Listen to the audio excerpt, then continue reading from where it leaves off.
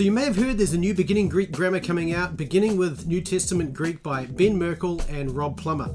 In this video, we're going to take a look at this and ask some questions, find out what this new grammar is all about. Hi, I'm Daryl Burling from Master New Testament Greek, and I help people with the tools, habits, and system to master the Greek of the New Testament. If you're interested in learning to read the New Testament fluently, then go ahead, hit the subscribe button, hit the notify bell to be notified of when new videos come out. Now, a few weeks ago, back in January, in fact, I sat down with Dr. Rob Plummer and we just on a Zoom call, and we just talked about the new beginning Greek grammar that he and Dr. Merkel have been working on and are releasing later this year. There's a number of questions that I asked Dr. Plummer along the way.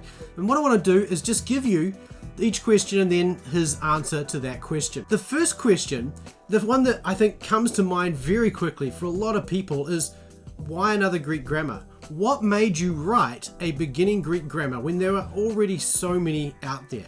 Listen to what he says in response. Well, I mean, honestly, like a lot of things I've done, my friend Ben kind of pushed the start of this. He teaches at Southeastern. He's like, "Hey, Rob, let's do this together." And so I was like, "Great." We work together well. We've worked together on a number of different projects. Probably the class I've taught the most over the last 20 years is elementary Greek, and teaching it on campus, online, hybrid modular. I mean, I'm sure I've taught it at least 50 times, and so it's something that I've thought about a lot. Dr. Merkel's taught it a lot, and we have a lot of different techniques and memory devices and other things. And so there are a lot of good beginning grammars out there. But then there are things with any one of them that I think for some reason I don't like, or I would do differently. And so this allows Dr. Merkel and I to kind of say, this is what we want to use in the classroom, and to have all the accompanying resources, the digital resources, the other things that are in place to try to have the best possible pedagogical experience for students. So it's like, hey, we want to write a grammar that's accurate, that's engaging, that has all the supportive resources, that's up to date with scholarship. And so we've tested it in the classroom a few times. I'm going to test it again this semester, and the feedback is good. The next question that is really the key question, particularly if you're a student looking at learning biblical Greek, is why this grammar? What makes it so that I should choose this grammar rather than another grammar? Why should I choose this grammar rather than one of the other ones that are already out there? What's in this for me? Great question, right? What's in it for me? Always what we ask ourselves when we go to buy something. So here's Dr. Plummer's response. I think one of the benefits, just if I were to say, someone would say, well, why should I choose this?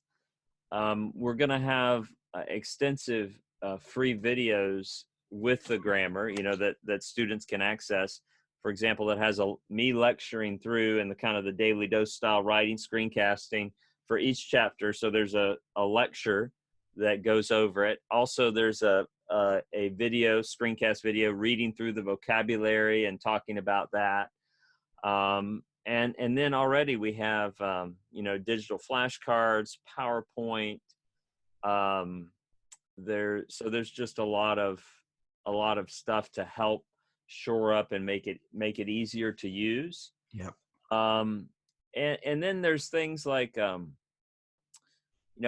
grammars now are updating on, for example, verbal aspects and middle voice and these sorts of things. But I think the way we're teaching that is not only accurate to the best scholarship, but helps students digest it. So we introduce the middle voice as the idea of subject effectiveness and kind of go over that briefly.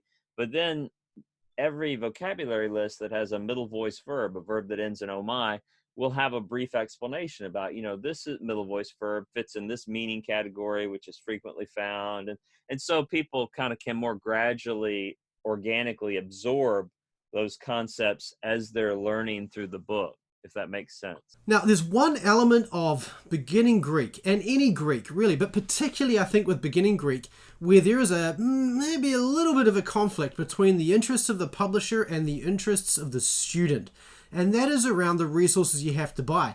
A lot of beginning Greek resources actually require you to buy not only the grammar, but also the workbook. But this grammar is different. This grammar actually integrates the workbook in it.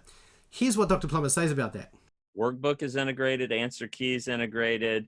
They're still trying to figure out exactly how they're going to put the URLs, but I'm arguing that we need to have like little tiny URLs all the way through it, so that people can just type it in their phone right there rather than being referred to some website and having to navigate through that. I'd like people.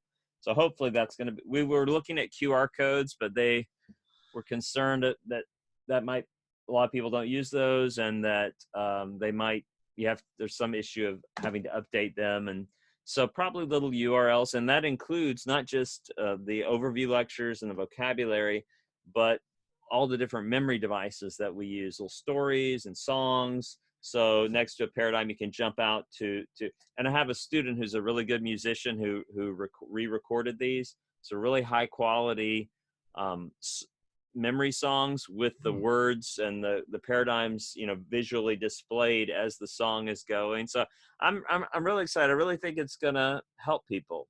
Yeah.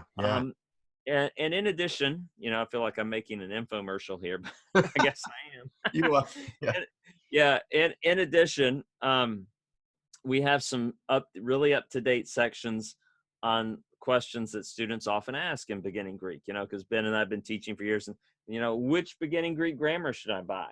So we have, like, in addition to the 24 chapters that kind of overview all of beginning Greek, we have these additional sections, and we'll discuss the critical editions, the Greek New Testament readers versus and the Tyndale New Testament, just very up to date in terms of everything out there. What is the SBL Greek New Testament?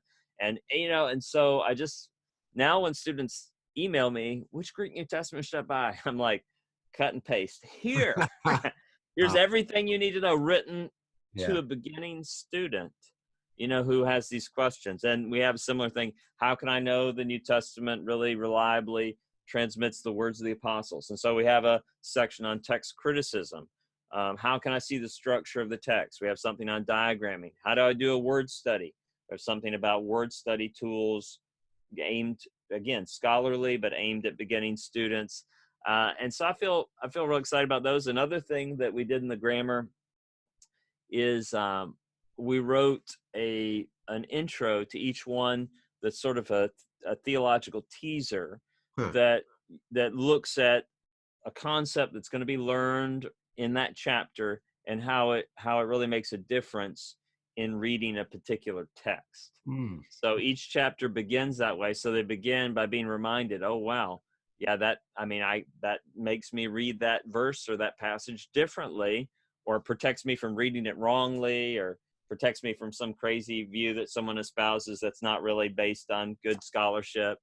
And I think students, they like that. They like being reminded of that, that they're learning Greek to read the Bible better. And those little intro sections help remind them of that.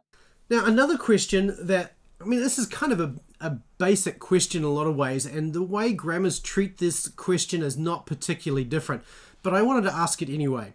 What is the approach of this grammar to vocabulary, and what do you want the students who go through this grammar to have gained at the end of it? It's very similar to any beginning grammar in that you're learning, I don't know the exact number, like around 330 vocabulary words, right? So you're learning basically all the words that occur in the New Testament 50 times or more. And as you learn those, the sentences, as best we could, are from the New Testament, are using those words that you're learning as you go along. So they're being reinforced. And so, the governing principle is frequency. Yeah. So you learn the verbs that occur most frequently in the New Testament.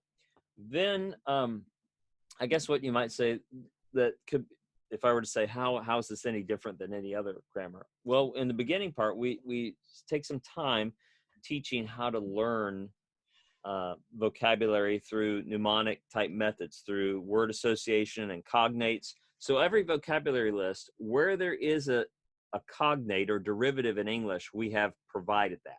So it Right. has a lot of derivatives and cognates to Interesting. help people learn. Yeah. That And helps. Yeah. yeah. And then we've taught them. We have not provided all the, sometimes we provide mnemonic, like in second aorist chapter, we have mnemonic method for every second aorist form. You know, here's a little device to remember this.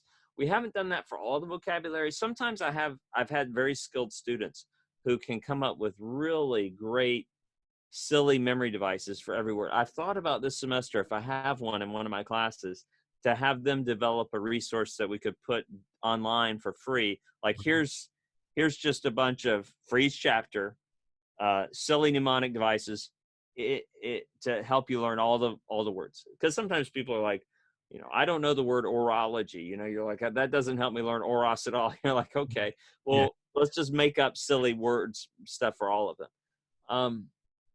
And I had a student this semester. He had a PhD in, I think, mechanical engineering. He's a professor at a nearby school. Great student. And he said, you know, it would help me if I had like just a part of a well-known verse with each one of these vocabulary words that uses that vocabulary word. I like that. So I said, you should do that resource. So he's creating it. He hopes to have it done before the beginning of the semester. So that also will make available. And I think students will really like that. Just having memory verses they probably know and memorized since they were children. And when they learn that word, be like, oh, that's the word that's used in this well-known verse. So we're trying to provide, and another guy has already created a memorized set of digital flashcards. Another guy has almost finished an Anki set. So we're going to have, and it's vocabulary is being incorporated into Danny Zacharias's Flash Greek. Oh, yeah. And nice. His Parse Greek. He's going to have the grammar in there. And then Rob Turnbull, right, who's New Zealander, I think. Oh, yeah. I think I've heard the name. I haven't met him. He has a Bible vocab app.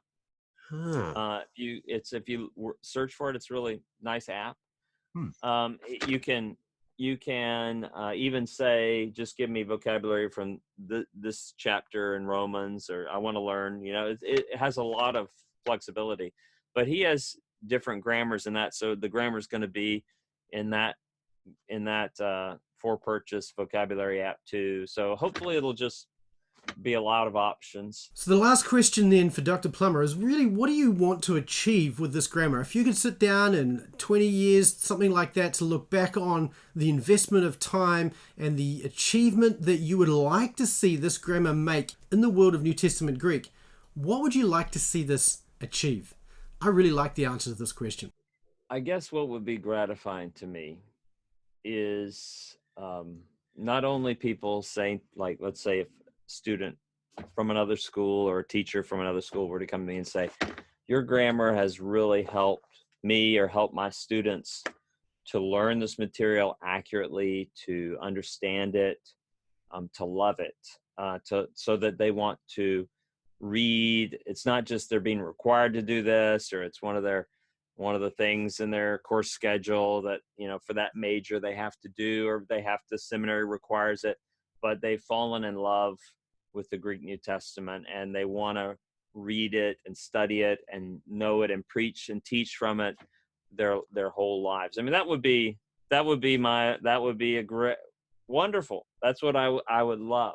Yeah. I would love to, not in any way, putting down another grammar or something, but if someone were struggling to learn with one system, and then they came to this and they would say to me, you know, what you did helped me understand what was not clear to me before, then I'd be like, then it was worth writing. Because if everything is, if this is, you know, there's no reason to do this if it's not needed, you know. Yeah. But that it's adding value, it's making things easier to learn. It's providing tools to professors to make it easier for them to teach, that people could know God's word and know him and love him and faithfully serve him. So, I mean, that would be my desire. Yeah. As I was driving in this morning, I was thinking about, how many times I've gotten to teach Greek over the last 20 years that I've been teaching, and was just blown away with the great privilege that has been, it's unimaginable privilege I've had of teaching students and introducing them to the Greek New Testament. And I thank God for that. Yeah. No, it's a great blessing. And I think, like you said, one of the things that we're trying to do with Greek is to help people who love the Word of God even more, because, there's so much in the original language, not just from the point of view of, the theology and those kind of things. Yes, you can get some of that stuff, but from the point of immersing yourself in the original world, in that worldview and in the language and in how they presented issues and ideas that you miss in English. And I think that's one of the real benefits. Yeah, I agree with you. And I'm so thankful too for your ministry, Daryl, because I think most serious Christians, especially Christian leaders, Christian teachers and pastors, deep within them, they wish they could learn Greek or Hebrew. They know, they see, if I want to read the best commentaries, intuitively, they know I want to read the words of the apostles and the prophets and not just a translation of them, because I recognize translations differ. I don't want any distance between me and those actual words that God inspired. But oftentimes many of them, while it's sort of like exercising or eating well, you should do it, you want to do it, but then you need a nutritionist or dietitian, to check in with you, or you need some accountability, or you need a personal train. You say, well, who wants to pay a personal trainer? Well, no one wants to, but if you don't do it, you probably won't, you might not have an exercise routine.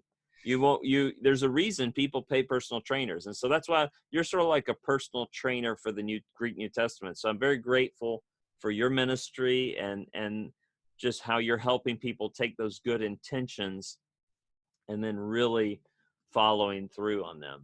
Well, Dr. Plummer was incredibly kind to say those kind words that he said. But I want to go back to what he said prior to that, and that is the importance of really learning the Greek and the motive to know the Greek so that we know the Word of God. This is something that both him and I really share, the desire to help people to know the Lord better by knowing the Bible in the language that the Holy Spirit inspired it in. There is really no better way to understand the Word of God than in those very words. And I'm so thankful. Thank you, Dr. Plummer, for your willingness to sit down with me and to have this discussion. And I look forward to sharing the rest of our discussion in a later video as well.